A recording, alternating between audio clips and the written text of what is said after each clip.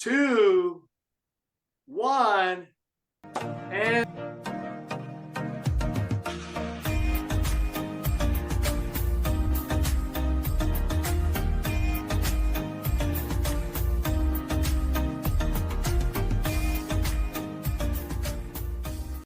we are live. Hi, everyone. I'm Chris Trammell. I'm the creator, developer, and head coach of the Author Launchpad, as well as the chief strategist and life work expert for Launch Your Life's Work. This is a special Friday edition of the Author Launchpad Livecast, where we're also going to be talking about life work, because normally on Fridays, it is the life work leadership livecast. But today I've got someone who crosses both of those intersections. I'm super thrilled to bring him on, but you know, if you watch me enough, one of the things that I always say is you gotta check your tech.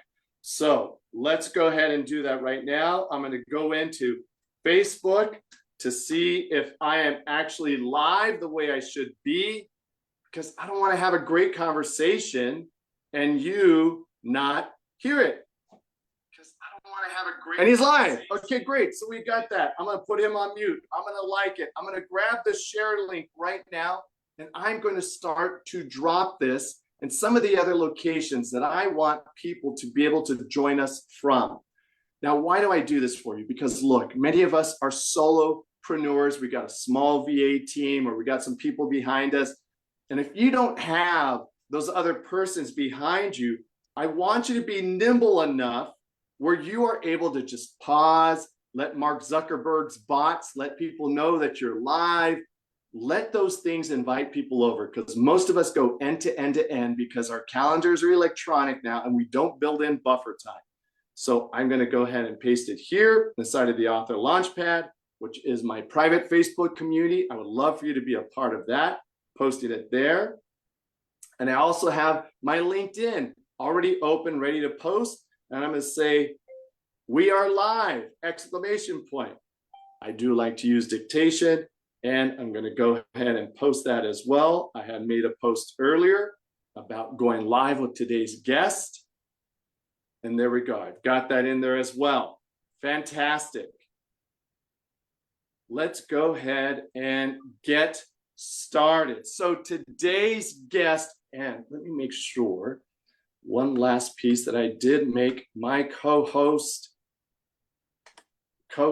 Yes, I sure did. All right, here we go. Let's talk about this. Whether you're going to be watching this on Facebook, you're going to watch us on LinkedIn, or you're going to watch us on YouTube as one of the replays, I can't thank you enough for allowing me and my guests to contribute to your success, to your journey, to your difference making, because that's why we do this. There's plenty for us to be doing. Our list is a mile long, but it inspires us to be able to make a difference for you. And so let's go ahead and let me introduce you with some of the just amazingness that today's guest is. First off, Brook Bishop. I love the name. I love the name. And there used to be, I'm sure you get confused because I saw there's another Brook Bishop out there. She has more curly hair than my guest coming on, but we'll talk about that in a moment. Brook Bishop specializes in business optimization and human elevation. He is a trailblazer in the personal development industry, been doing it for over 20 years of expertise in business optimization and elevation. His career features key roles, director of sales at Buffini and Company, which I'm really interested to hear about what that is when the time comes. 15-year collaboration with Tony Robbins as executive business solutions. I am part of that Tony pedigree. I thought I'd rock the hat with us today. And he has influenced over 50,000 coaching clients worldwide, creating comprehensive coaching programs and sales strategies rooted in his deep understanding of personal growth. This is the part I really like. I got a little bit of rebel too. He says it much more eloquently. He says, in his personal life, Brook is a rogue maverick. That is a way of being like cool rebel. Rogue maverick, always pushing boundaries, innovative fitness and diet routines, shares a 12-year passionate marriage with his wife, Rain, and their 3 children in Colorado, and their unconventional approach to passionate parenting. expose your children to the world, to cultures, to different parts of people, so they can get that critical thinking and that creative thinking that they do. Brook's commitment as a philanthropist, as a difference maker, as someone who makes a contribution is evident in his support in his for Operation Underground Railroad, the Surfrider Foundation, and Feed America. He also gives back to his local community through weekly martial arts studios, which I want to hear about, where he holds multiple black belts, I won't mess with them, and mentors future leaders. Today, he is here to share his best knowledge as best as we can share interactively within the hour that we have, so you, listener, can go out and make that difference that you said you are here to make. Without any further ado, let me bring onto the stage with me Mr. Brook Bishop. Welcome to the Author Launchpad Livecast and the LifeWork Show. Welcome. Thank you for having me on with you, brother. I'm super, super pumped to dig in with you today. This will be fun. Yeah, and thank you. You're coming in from Colorado, right? Correct. Yeah, Northern Colorado used to be closer to your neck of the woods. I grew up in Southern California for many, many years, so not too far from where you're at. But yeah, currently in Colorado. All right. Well, obviously, because the Surfrider Foundation would not be on a normal Coloradan's choice of philanthropies if they weren't out in Southern California surfing at some point in time. What's funny is I actually get on the water with my board more here than I did when I was in San Diego. So go figure. Really? So, a lot of stand-up paddling. So all right, dig it. Yeah, we love it. Okay. So, Brook, I used to be a teacher and a track coach. I use clipboards and I go pen to paper. So as you see me writing, I'm going to be taking notes. I'm going to give you the rundown of what we're going to try and put into this conversation. That way, you got a little bit of sense of it. One, we're going to talk about you and your origin story. Two, some of Brook's first taste of success, your relationship with global coaching brands and how that has shaped you over time. I also saw there's a big influence of the hero's journey, Donald Miller. We got that Joseph Campbell connection there as well. I want to hear about your marketing expertise. We'll dive into that. And then we're going to talk about life work. Why do people do what they do? What is coaching? What is life coaching? And then what I say, what is life work? What is there for us to do? And if we have any more time after that, then I'll throw the book game at you. And the book game is I've got a bunch of books right here. I'm going to be like, how would you market this? How would you market this? And it just kind of gives you that opportunity. Cool. Love that. All right. So first and foremost, what is your origin story? And again, interactive, right? I want people to get how you and I work together, not an interrogation. Actually, I'm going to back up. What is business optimization? Because that's the header on the brookbishop.com page, Brook without an E. It says business optimization and human elevation. Why did you lead with those two pillars, and what are each one of them? So much to unpack. Yeah, so human optimization, human elevation, business optimization. We are, the way that we look at our business and what we do is we're on a mission to help those that are the tip of the spear. So if we can help reach more coaches that can then help reach more people, that's how we live out our mission and how we're able to have impact at a much bigger level. Oh, let me hit the button. Just got it. Nice. So yeah, so within that, you know, do you want me to start at third grade or fourth? No, we won't go that far back. But when I was actually in high school, there was a rough patch of life that had happened, and I was actually suicidal at that point in time. And my uncle, who's been my mentor since I was just a very young child, he actually, for a window of time, he was the director of coaching for Tony Robbins. He was then the director for Clients on Demand, if you know who Russ Ruffino is. Oh yeah, okay. And so Mark von Musser is my uncle. And so I was blessed because at that moment in time where I was really struggling, you know, he stepped up and really helped me take life to the next level. And so we went through the course of that. We then went and worked for his mentor, who was a sales trainer in LA. And so his name's Daniel Penley. So he's a real estate trainer. So he taught realtors how to, you know, drum up for sale by owners and how to do sales. And he taught influence strategies. And I then got recruited from there to work for Brian Buffini. So if you don't know who Brian Buffini is, or if there's anyone listening who's like, who the heck is that? If you're in the real estate game, you probably know who Brian Buffini is. If you're not in the real estate game, you probably have no idea who Brian Buffini is. But at the time when I went to work with Brian, we had the largest coaching company on earth at that point. So we had over 300 coaches on staff. So it was massive. And so I got to learn a ton through not just the coaching game of things, but really the business side of coaching. Because at that scale, your systems have to be dialed in. And here was the crazy part. They had a $0 ad spend for their business. They did not do any paid advertising. So their whole world was through relationship marketing. And they built their entire ecosystem was built off of referral. So the power of relationships versus, a lot of other people, especially in the real estate space, it's very transactional. So I got a front row seat of how to build a large coaching organization without having a marketing budget. So that was just a huge opportunity to play in that space. What an extraordinary deep end to get thrown into. Not many organizations are willing to do word of mouth as the only way to grow. Amazing, because then once you start to bring in, paid traffic, you're dialed in already. You already know what it is that lights people up and what you need to say. So, okay, got it. Outstanding. And you're absolutely spot on. Yeah. And so there was this interesting opportunity that I had I got to do sales for them, frontline selling coaching. So I got to not only see the marketing end, I got to really cut my teeth on the sales end, and they had real high volume quality of leads. So I got to really get my reps in on that side. And then the other really cool piece of this, I became really close friends with Brian's brother. His name's Kevin Buffini. And he's really the one that runs a huge chunk of the business. So I got to deconstruct the systems and the strategies and like the how-tos behind the scenes. So, I wasn't there in the sense of like, oh, I'm here to make a paycheck. I was really there to deconstruct every nook and cranny of how they not only built it, but how they ran it. So yeah, it was definitely an amazing experience. And from there, I actually got to work with a gentleman who's big in the practice management space. So specifically for chiropractors.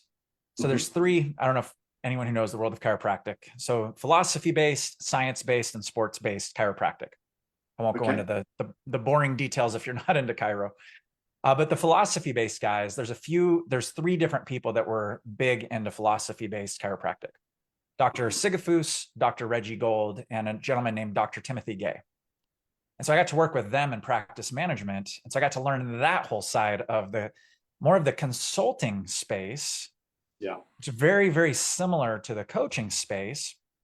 And I got to see a lot of the nuances and the consistencies, as well as some of the differences. And that actually, during that adventure of time, is when I got recruited by Tony Robbins. So that was kind of that was like the first little hit of really cutting my teeth. And then I got to step into the big leagues with Tony, which was a whole different circus. Would probably be a good way to say it. Yes.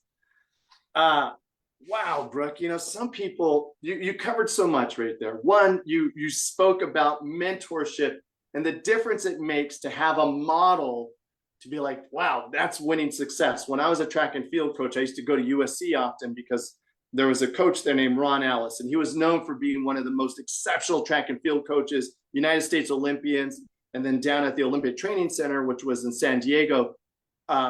So those mentors for me, but your mentors, Mark Von Usen, Daniel Penley, Brian Buffini, and then going into practice, man, you were just getting the MBA, the PhD of MBAs on how to structure the systems and to develop these marketing platforms. And I like how you differentiated between marketing and sales, because most coaches do not differentiate between those two.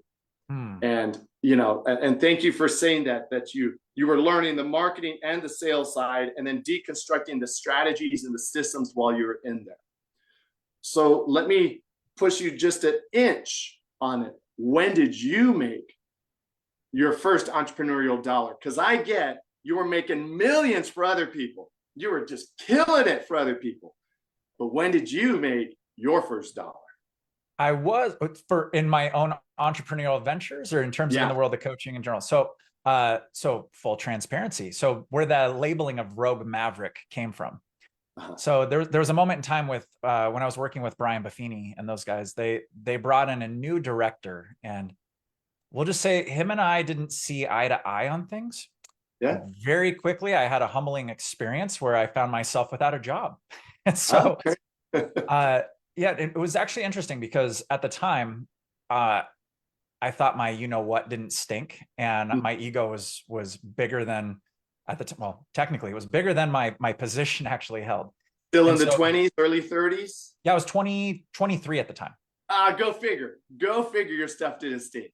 Yeah, and I was crushing it. So the thing that was tricky is I was crushing it. I was super young, hadn't had that life experience yet, and lo and behold, got fired. Yeah. The very next day is when I launched my own coaching business. So I was 23. I didn't know what niche I was going to go into. All I knew is I'm like, hey, I know I'm tenacious as all hell. I know that I can help people that are in business. I know sales. And now I just had this, multiple year experience of really working with the largest coaching business on earth. I'm like, yes, I can figure this thing out. Wasn't the easiest thing to figure out. However, I gave it everything I had. And so that week I went, okay, well, I've been in the space of real estate. I know sales, and I just hit the pavement. So I went into every real estate office I could get my hands on in North County, San Diego. And that very first week is actually, I enrolled 3 different people into my own one-on-one coaching. And from there, I just got creative. There was different things that I did that actually in hindsight, there's so many people that I know that are in the coaching world. They're like, how do I get clients? So the first thing I did is I got super proactive and I just walked in the door. I'm a worst case scenario. They're going to tell me get out, or they're going to say, no, we're not interested. And so I just offered my services for free. So I went into real estate offices. I said, hey, can I train your team for free? And they're like, well, I don't want to be training. And my real estate agents are kind of a pain in the ass. So yeah, you go ahead and train them. So I'm like, cool. So I started just getting into these offices and training for free, which then led to conversations, which then led to clients. So that was the first big piece. The second piece, and this was really interesting, was are you familiar with Leads Club? Leads Club? Yeah, so it's like are you familiar with like BNI or LeTip? Yep, so I know BNI. It's very similar to those organizations, but it was founded by a woman back in, I want to say the 70s or 80s, where women weren't nearly as accepted in the marketplace of business as they are today. Right. And so back then they created a networking group for women to work with other women so they could refer into those other female-run businesses. So Leads Club has way more of a feminine energy to it. It's way more nurturing. And I found a group that was in San Diego, and I'm like, hey, can I come be your guys' coach in terms of being in the referral group? And they only had like 4 or 5 members in the group at the time. And so I blitzed, and I went and did everything I could to add members to that group. And as a result, I got to be seen and I was the conduit to help bring people in. And I found myself in the first 60 days of running my coaching business, I had over 40 paying coaching clients between hitting the real estate offices and between going and helping build that networking group. Within the first 40 days? Within the first 60 days, I had 40 clients. 60 days. Yeah. Oh, 60 days, 40 clients. Wow. All right. You read my mind here, because it says your hero's journey. I look and listen for the hero's journey. What's been your winning formula for success? So some of the things I heard, every hero has to deal with some sort of confrontation in their life, right? And I forgot to close the loop on it, because when I was fired from Buffini, they referred to me as a rogue maverick. And I'm like, I will carry that for the rest of my life. And that was where that came up. Title and badge accepted. Okay, rogue maverick. And you hit the pavement. So 1, do the work. That's one of the things, and we're going to talk about this in a few minutes, because I'm sure that you get this experience too, where people show up and they're like, hey, I wrote a book. Now what? You got to do the work. You don't hand it over to a publisher. You don't hand it over and hope that they do the work for you. There is an element of, you got to own this. You got to do this work. Even if you're going to build a team around it, there's still an aspect where you've got to lead it. You've got to do it and be able to articulate back what it is that you need your team to do. So I really love that you shared that point. The next thing you shared, which is powerful for people who are wondering, what do I do? Get creative, right? Yep. Just that part about throwing spaghetti and seeing what sticks. Sometimes in the kitchen of entrepreneurial success, we are throwing spaghetti. We're mixing batches that may or may not taste good. And then I really love, be proactive. Find people that are looking for what you can solve and the difference you can make. Put yourself in the room. I mean, how oftentimes do we have people go, I want the result, but they don't even put themselves in the room to have the potential of getting the result. And oftentimes it's more because of the fear that what if it doesn't work out? What if I waste my time? What if I make a fool of myself? What if I fall on my face? Fall on your face, make a fool out of yourself, get in the room. I can tell you this, the magic happens in the room. So just literally get in the room, shake hands, meet with people, drive your outcome, let people know how you can help serve. Before you know it, poof, you've got clients, you've got people you can help. So awesome. All right. So you just put on your coaching hat right now. So I'm going to swing that way with you for a second. We also have, I do see that we got a guest, and any guest that's watching live or off camera as well, pop your questions in the chat and I will bring you on to make sure you can ask your questions. The magic happens in the room. I love that. I've heard a lot of cool statements, but I haven't heard it like that yet. Hopefully that one gets context, because that could be spun out. Well, no, the context is there because I think most of the type A's and most of the difference makers, we thrive energetically when we see the transformation, we see the eyes lighting up, and we're feeling the room. In the Myers-Briggs terms, I'm an ENFP. I feel my way through rooms, right? I'm bringing that energy of like, let's go do this. Let's go jump off a bridge with water, and so the magic happens in the room. You and I have both been in the back of the rooms for some of the biggest global leaders. What did you notice as being someone who was in the back, maybe watching Tony, watching Russ, watching Daniel, and you're now watching how the room is moving with people, right? You're seeing the sea of energy happening. And that's a skill set that not a lot of people have. We have a wizard behind the curtain skill set. So how did you learn to make that part of your process, your winning formula? Like, oh, if the magic happens in the room, this is how you impact rooms. Really good question, man. I don't even know how many events I got to work with Tony. It was pretty much 2 to 3 times a month. I was at an event with Tony for over the course of 15 years. So we can do the math. So let's just call it 40 to 50 events, probably somewhere in that realm. You get to start to see the nuances. You get to understand why is the music at this point? Why are we using that music? Why do we have this type of lighting? Why are we running that type of carpet and drape? And why are we using those cameras? There's so many details that go into those events. And honestly, I can say compared to everyone else on the planet, Tony is at a whole different level. Whole other level. A big part of that is he's really put in the time and energy to play into the energy that he's trying to create. Yeah. Moreover, whereas most other people are looking at like, what kind of event am I running? What content am I delivering? He has a different outcome. His outcome is, how do we move every single person who's in that room? Yeah. And with that, he teaches a process. And I don't know, are you familiar with E Cubed? Have you ever heard E-Cubed? Yeah. Have you heard his process on E Cubed? No, I haven't heard the process on it. And I know most, training. You've been in his world for a long time too. Yeah. Yeah. So E Cubed is one of his processes, but it's really simple, but I think it's really beneficial for anyone who's, whether if you're a coach, you're an author, you're speaking, you're putting yourself out there. The process is this. So E Cubed is entertain, educate, empower. Yes. So the filter that he goes through is he's always going to first entertain whoever he's speaking to. Through that, he'll educate and he'll teach his philosophy or pillars or his dynamics through his entertainment. And then the back end of that is there's always some form of empower people to make a move of some sort, whether that's take action, whether that's to ponder, whether that's to go buy something, whether that's to go read the book, whatever that might be, right? So that's the 3-step process. Entertain first, because that's what everyone wants more than anything else, is they want to be entertained. Most people don't want to be educated, by the way. This is where most people drop the ball. Right. right? They lead with education first. Let me entertain, or let me educate you. Let me teach you something. And people are usually flipping on the bird because they're like, I don't want to be educated. Who are you to educate me? Make me feel good. Make me No, feel good. That's all. Don't educate me. I didn't come here for that. No, nobody wants to be educated. Go try and educate your kids. They'll tell you very quickly how that's going to go. But if you entertain them first, then you educate, and then you empower them to leverage the education, the learning in some capacity. That is the formula for success as it relates to your social content, your speaking from stage content, you're walking into a room, whatever it might be.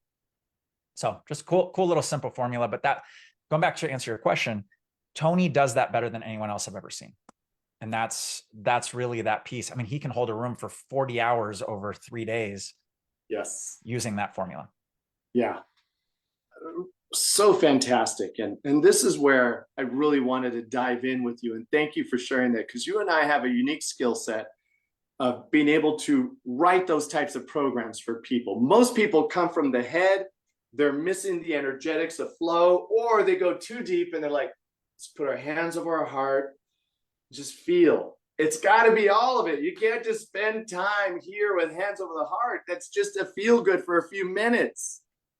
And the way you gave that right now, to entertain, to educate, and empower, when I did Coaches Academy and I finally got to do Unleash the Power Within, and I did it during the pandemic when Tony was the first one to open up a big studio in Florida and say, I'm gonna go live, I'm gonna do this virtual, and blows over, I think it was 120,000. And I get a phone call that's like, hey, Chris, Tony needs coaches because he's just blowing it up right now. And I finally saw his transformational moment. I've done a lot of transformational work through Landmark Education where it's more ontology and conversation based. And I always saw Tony as, driving that energy. And I never quite understood state until I think it's like maybe Saturday, where he goes through the Dickens Project. I'm like, that's it. That's that moment of transformation. Now, we didn't get to walk on coals because it was during the pandemic, which I could only imagine is another level of state and empowerment, right?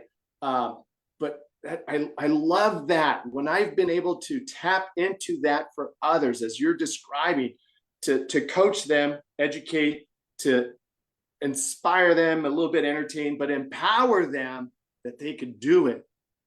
Brook, thank you for that formula of success. If people get nothing else out of this, but rewrite what they do based on that, they'll have success.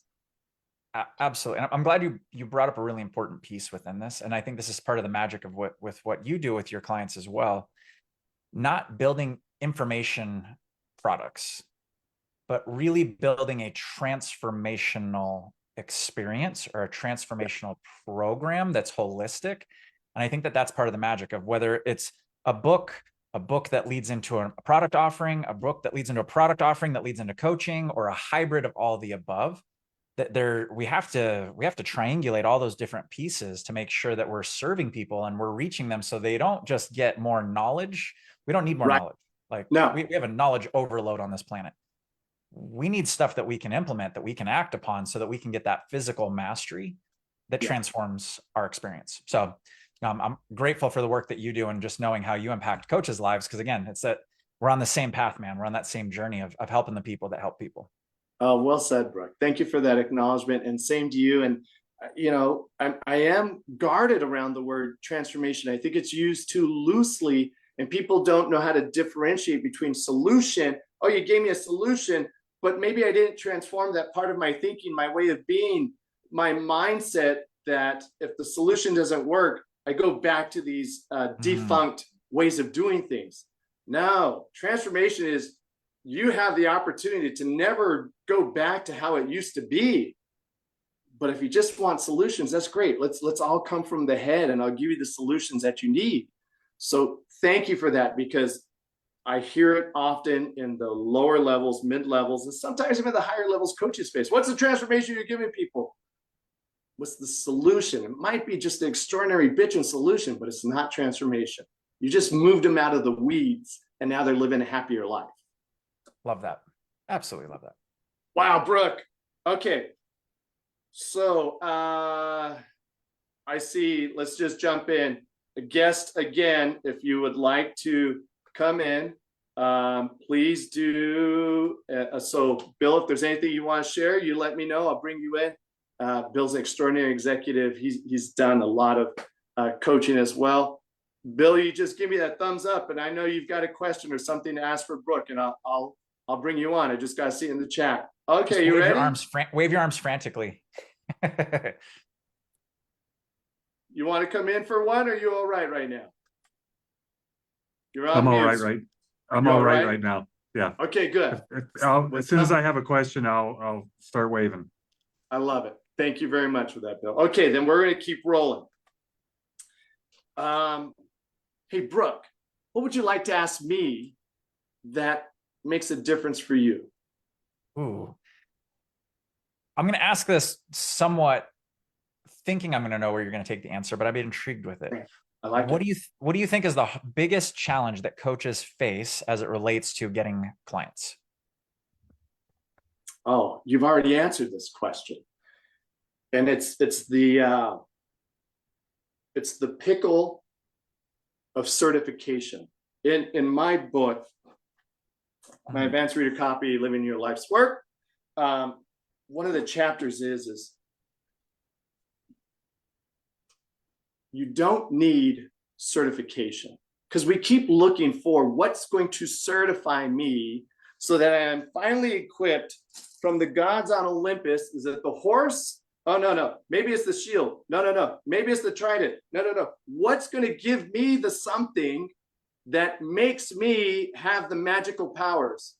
And all along, at the very end of the hero's journey, we learn, oh, it's in you all along. It's like the Wizard of Oz, Dorothy saying to the good witch, I never knew about you, fairy stepmother. Oh, yes, you did, or would have you never asked for me? It's the Jewish carpenter telling his apostles when they're saying, how do we get to heaven? He's like, hey, guys, it's amongst you. It's right there inside of you. Like all the avatars have been pointing to, it's you. It's you when you get all that stuff out of the way. It's always been right there. But most coaches are looking for, give me that something. What is the something? Is it this blue? No. My colors need to be that blue. Oh, no. More of a hue of purple. We get stuck in thinking it's something out there. So the first thing that I say that makes a difference is why I like people to go live and why we go back to that energetic state is you got to bring you. Now, the you needs to have a clear message so we can start to talk about the mechanics of, once we get that out of the way, what's the messaging? I think coaches get caught up in messaging because the coach of the expert is they roll up with a book. Let's just talk about a book like this. You recognize this book. Thank you very much for my book, Brook Bishop. I appreciate this. Ladies and gentlemen, Coaching Equation by Brook Bishop.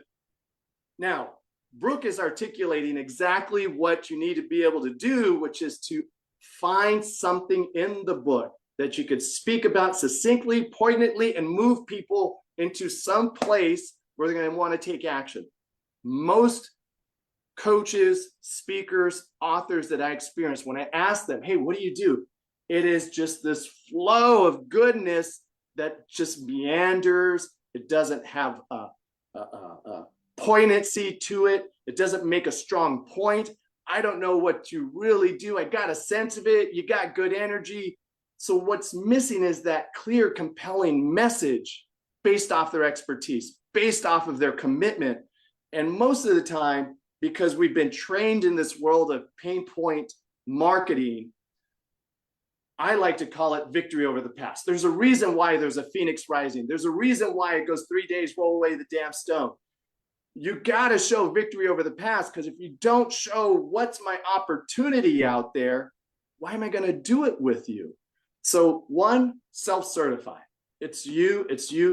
And when you get that it was you all along, boo, doing your thing at your time, you're out and running. Two, get clear on your message. I help authors make money. Brooke, what's your short message? You do what? We help coaches become profitable business owners. Boom. Right? So we're clear on the messaging, and then people are like, oh, I need Brooke. I need Chris. Actually, you need Brooke and Chris if you guys are really listening. And then the third part is where I'm going to throw it back to you, because I know this is where I get stuck, is making the transition from solopreneur to building systems. That's the hump. And I think that is really the 6-figure hump for most people. Is what I've really come to learn is, can you delegate your systems to a team that will allow you to get to the consistent 6 figures of revenue? Because that get the revenue gorilla off your back, and you're a whole different person showing up. Very well said. You should just end this conversation. Like, just hit the switch. There's a mic drop. Yeah, that's very, very true. And I think that one thing that happens for a lot of coaches too is they'll spin around in circles of that message. Yeah. And especially just from the worlds of where we've both danced and played in, it's like the training a lot of times is, you can coach anyone, anywhere, anytime. That's great if you're functioning as a coach for somebody else's organization. Not so great if you're trying to market and promote your own product or service. No. Right? Because to be all things to all people, it's like, great, you're going to be very lonely. So I love that you brought that up. I also like that you've mentioned a couple different pieces. You mentioned Donald Miller. You've mentioned the hero's journey. You've done your homework, my friend. Within the space of that, you good man, Joseph Campbell. Yes. Oh, I knew this guy in high school. Dude, small world. Yeah. So there's this interesting piece where I see this, and I'm just kind of dovetailing something you mentioned. Such a huge mistake we see in the coaching space. And tell me if you think I'm wrong on this. The amount of coaches that make themselves the hero instead of making their client the hero and being the guide. It's like, anytime I look at somebody's website and I go, oh crap, here we go again. It's like, look at how amazing I am and why you should pay me money. Or you look at their book and the whole book is just about how amazing they are. And it's just, singing their praises.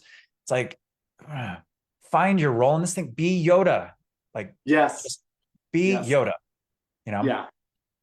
Well, here, Brook, what you're sharing is this.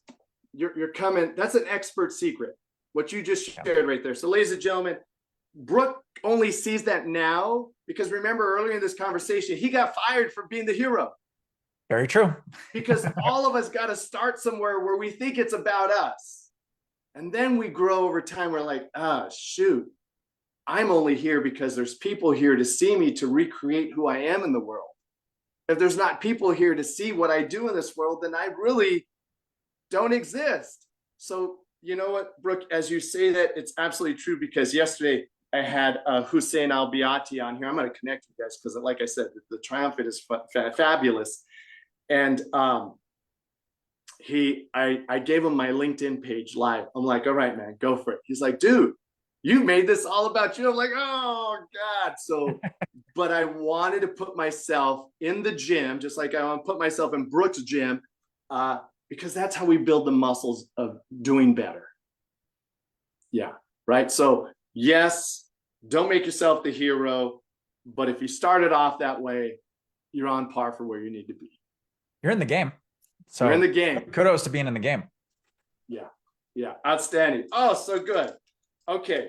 What's our time like? We're blowing through. We've been on for like 7 minutes now. It's 42 minutes after. Okay. So let's do this. I'm going to go into let's talk about marketing, Brook. One of the things that I've seen lately is more, I don't know if it's the FTC is coming in a little bit more, and they're starting to look at these wild ass claims that coaches make.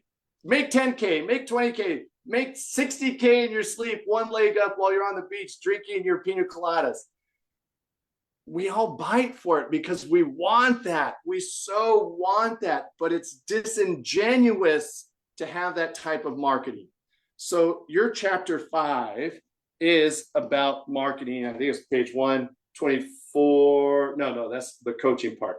But what I see is we tease the metrics and we sell the sizzle, or do we sell the steak? So how do you navigate that? You got to tease what's not working for them, but at the same time, you got to maintain the integrity and the authenticity of what you're going to do for them. How do you do that? Speak your truth. So what I mean by that is speak to the truth of your ideal client. So what that can look like. So if we break down human psychology and how people make decisions, we either move towards pleasure or we move away from pain. Now, part of what you're seeing in the space of marketing, and this is why the FTC is cracking down, and I've got a whole bunch of fun stories for that one. But Wow. there's this element of we've gone so lopsided in leveraging pain to get people to move. And the Yeah. reason for that is because pain is 10 times more of a driver than pleasure. Right. But if you look at the way Facebook's algorithm is set up, the more pain you put in your stuff, your ads actually get throttled. So you're working against the system of things. And so the more pain you drive on that, the less your system is going to work in terms of how many people they put it in front of. So with regards to the fraudulent claims or these grandiose claims and just the different pieces that are there, speak to the truth of your ideal client. Don't fluff, don't bloat what work you can do. Don't go over the top. I mean, here's the reality. It is a very slippery slope if you make these grandiose claims, and then we see it even worse in a sales aspect, because I cannot tell you how many people I've heard their sales conversations and I'm like, oh dear God, help us. I mean, the claims that they're making in a sales conversation when they're not even, the FTC can't see what they're writing because they're speaking it in a closed environment. Well, you have to fulfill on that.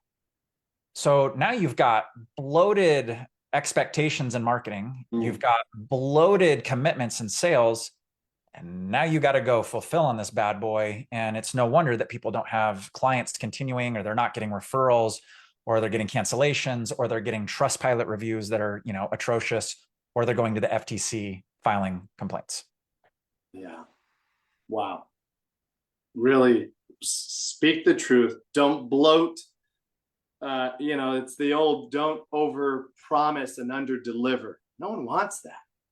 Yeah. And our mirror under promise and then surprise and delight, like flip that bad boy. Oh, under promise and surprise and delight. I love it. Okay, here we go. Let's take this one because this is what just came through. What do you think attracts more or sells more? The personal transformation or money and material? Depends on who you're talking to. Very good. Know your audience, right? Yeah, it depends on who you're talking to. Depends on what your offer is. Depends on what their problems are. If you have an offering that's to help people, like we have a client, so her offering is to help people become wealthy. You should probably be speaking to those dynamics of what wealth looks like, what wealth feels like, as well as what poverty looks like and what it feels like. And it's not just about the money, because the money itself it's a tool, but it's the feeling. If you can speak more to the emotion and the feeling of the results, or if you want to go really hardcore, speak to the identity of who you become in the journey. That's a whole different animal. So that's when you really get to the core meaning of who your audience is versus the tactical. It's honestly what I get frustrated at times. Partially, any industry we're in, we're going to have our own frustrations. Right. But in our world, the amount of 6-figure, 7-figure, 8-figure, 9-figure, 10-figure, like all we see now is speaking to the figures. I always see. And it drives me bonkers because I'm like, here's the funny part. How many coaches do you know that got into the game purely because they wanted to become rich? No, everybody said I wanted to make a difference. I've only met a few, and most of them are not the most warm and fuzzy people to hang out with, right? Because they care about a transaction. 99% of the coaches that I've met over the course of time, they are heart-driven, soul-centered. I want to make a change. I want to leave an impact. I want to build a legacy. I want to help transform people's lives. Where the heck does that come across and become a 7-figure coach? It's very counterintuitive. Yeah. And so a lot of these guys who are in the marketing game, they've gotten swept into this space because guess what their driver is? It's very clear when they post. All about the money, all about the material. And they themselves are not coaches. The mass majority of them, I can say this because I've worked in a lot of the space of them. Very few of them have ever coached anyone. They're selling a marketing plan. Absolutely. Yeah, I think for me, it's what's also at times impeded my success is because I would not. One, I didn't know what to do at the right time and when to do it. And when I didn't know what to do, I didn't have enough practice at doing what I was supposed to do. And I was not interested and haven't ever been interested in that inauthentic way of marketing. And it didn't hook people when I would show up passionately and be like, hey, I want to help you create podium moments in people's lives. Like, Hey, do you want to make 10 to 20K a month? Let me show you exactly how. That sells all day long. Yep. Podium moments in people's lives. Yeah, you said you want to make a difference. I need cash. Give me cash.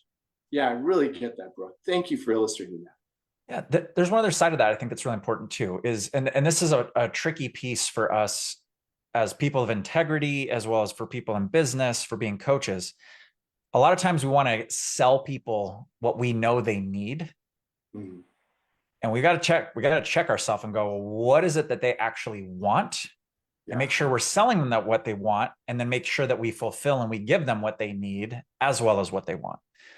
There's a fantastic book I know you never like to read, but there's this one. I wasn't gonna do a shameless plug. Someone else's book, Unreasonable Hospitality.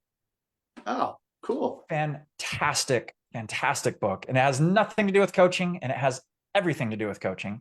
But it's about the #1 restaurant on earth and based in New York, and I totally forget which restaurant it is. That part eludes me, but the principles of it are: how do you deliver unreasonable hospitality so that you can rock every single client that comes through the door?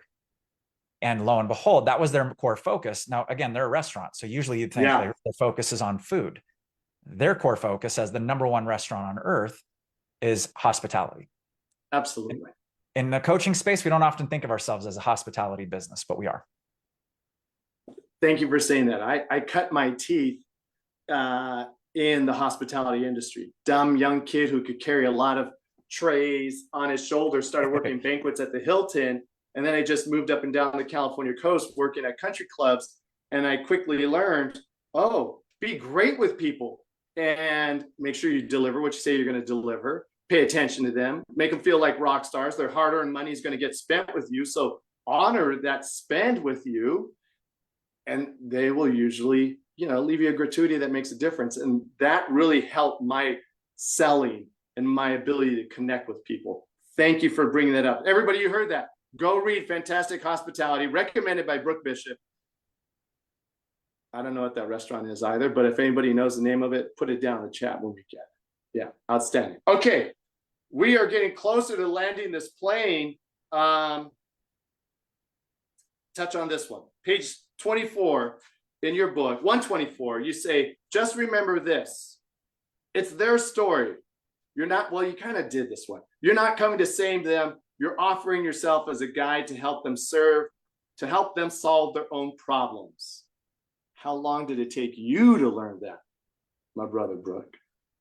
I had a really good mentor. So two pieces that really stand out on that. I had a really good mentor with my uncle, and I got to learn from him. And actually another fantastic author. I don't know if you're familiar with any of Tom Brown's work. So he's Tom Brown. Yeah, if you ever saw the movie The Hunted with Benicio del Toro and Tommy Lee Jones. Yes. So he is the tracker that they did a ton of that movie about, but he has a number of books. So Tom Brown, he was actually mentored and raised by an Apache shaman and scout. Wow. Fantastic stuff. Wow. But the cool piece of within that, my uncle, my mentor, he was really deep into Tom Brown's work. And so the way he mentored me was very much the way that Tom Brown was mentored by who he refers to as grandfather. And so it was through story, it was through experience, it was through crazy experiences, i.e. like Tony would do with taking people and walking them across fire, or, skydiving, or just crazy things, taking people to their edge and having those learnings woven through. And so I had a really good example of that. And in turn, I got to do that a lot with my teams. So instead of just always giving them, here's the answer, I got to give them experiences, and I got to help them find and cultivate their own answers. So we focused, I've always been, and again, because my uncle, I've focused more on the environment and the container versus the controls. So this kind of crosses into how we parent our kids. Yeah. We have very, very few rules for our kids. Wow. Now we control the environment and the container, but we don't control their world. So they get to make their own bedtimes. They get to wake up when they want to. They get to study the things they want to study. They get to participate in the things they want to participate in. So we go grocery shopping, they get their own shopping cart. They can put in it whatever they want, but they have to explain to us why and what it's going to do to their body. And they know how to read the labels. Now, part of controlling the environment, we go to an all organic grocery store. So we kind of hedge our bets, go crazy.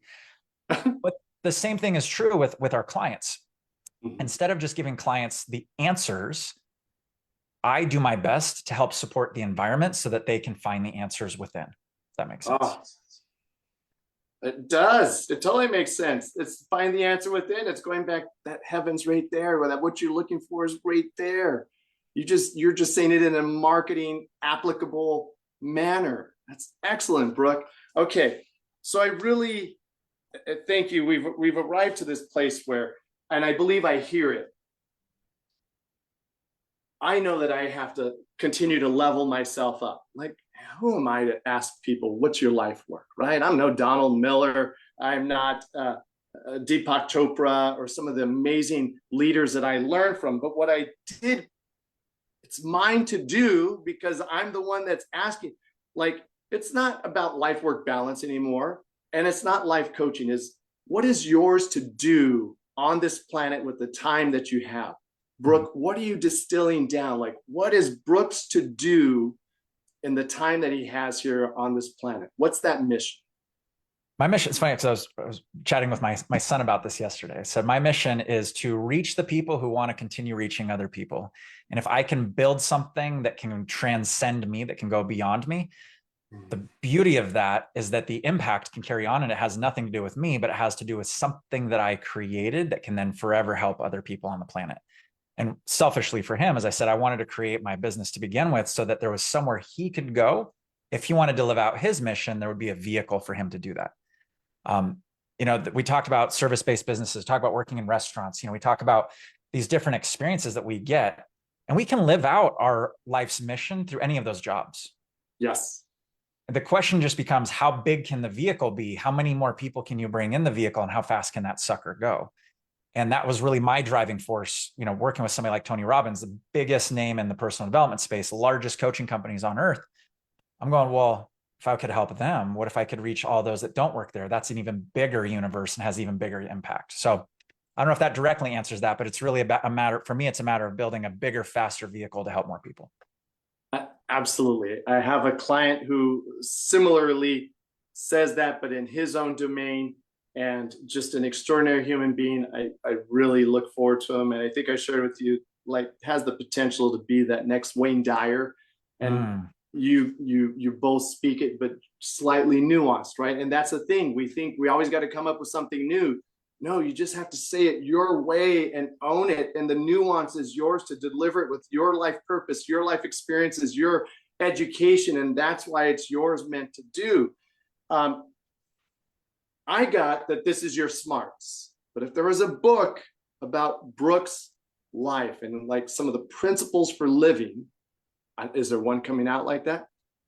Ooh, do you know it's so divulging myself indirectly. So I actually have a book that's sitting on the shelf right now that it hasn't been written, but I've outlined, let's call it 90% of it. So it's going to be titled Uncle Mark. So it's sharing the principles that I was taught, but it's also sharing my stories and my experiences through the lens of him mentoring me. So there is one that's there, but it's yes, it's a little ways away. You can't be with someone as amazing as you and not ask, is there a vehicle being built somewhere that's going to help them deliver what they are here to deliver out to the world? So thank you. And if you ever need someone in the back of the room, because we can't see our own eyebrows once we're on stage and it's a whole different world again. This hand goes real high, brother. It goes 6 feet 8 inches, and I will volunteer on that one all day long. May I dote on you for a second here, because I think it's important that people know where to find you in this world as we are coming into our final minutes. I know you are a busy gentleman, so first things first. Ladies and gentlemen, if you would like to connect with Mr. Brook Bishop, I invite you to please go to brookbishop.com. Now, Brook, any particular place you want him to visit here or Actually, I'll give you a slightly different domain. Yeah. That's my ego site that needs to totally be revamped. But if you go to empirepartners.io, that's our forever home of helping coaches, consultants, speakers optimize the heck out of your world so you can reach more people. But yeah, that's where we get to turn established coaches into profitable business owners. It's way prettier than the other side. But I'm beautiful also resources. I've been here. Beautiful resources. Yeah, I dropped my link tree in the chat too. So if I've got tons of tools and trainings, marketing trainings, sales trainings. We've got a number of amazing tools and as you mentioned, the resources there. So yeah, if you're looking and need some pieces to help you optimize, let it rip. Awesome. And I also want to share this part. I'm going to get added to this list that you've been here. There's a number of conversations that you could, if this made a difference to you today, I recommend you go to YouTube, type in Brook Bishop and listen, because if you take these conversations and compile them all together and turn them into a program that you're going to implement, you will be successful, because he drops his knowledge without any holding back, as he did today. If you want to find him on LinkedIn, that's this handsome gentleman right there. Please go to LinkedIn. You'll find Brook Bishop there as well. You find him on Facebook. And of course, one last place where you could find him is you go to Brook the Bishop 1, because there's a woman that already blew up Instagram called Brook Bishop. So you're second to her. But Brook, I'm so excited. We have the potential to work with a common client coming up for us. It's going to teach you and I how we work best with one another. I get them in one stage, you get them another. It's a beautiful relay. It's like, Chris, it's yours now. And then we're working back and forth. And I'm just grateful that you are here today. We get to run relays together. See, that was my running coach. Gotta put that in there. No, that's man, perfect. That's exactly pumped. what we're doing. Yeah, no, we're gonna rock her. Yeah, she's gonna blow up too. I'm super pumped to see how that runs. And really speaks to how you and I look for people who have all the right mechanics, but maybe they've been speaking someone else's brand, and now it's time for them to learn their message, their brand, and deliver that to the world, because we know they've got the muscle, we know they've got the chops, but they've just been doing someone else's thing. And it's time for them to own, their dharma, their thing, and get it out to the world. Well said. Yeah. All right, my brother Brook, I can't thank you enough for being here today. Ladies and gentlemen, you see how to find him. Please do find me as well. Wherever this was, give it a like. And however we can support you on your journey of making a difference, please reach out to us. So with that being said, I'm going to go ahead and end the stream. And we're going to wave bye.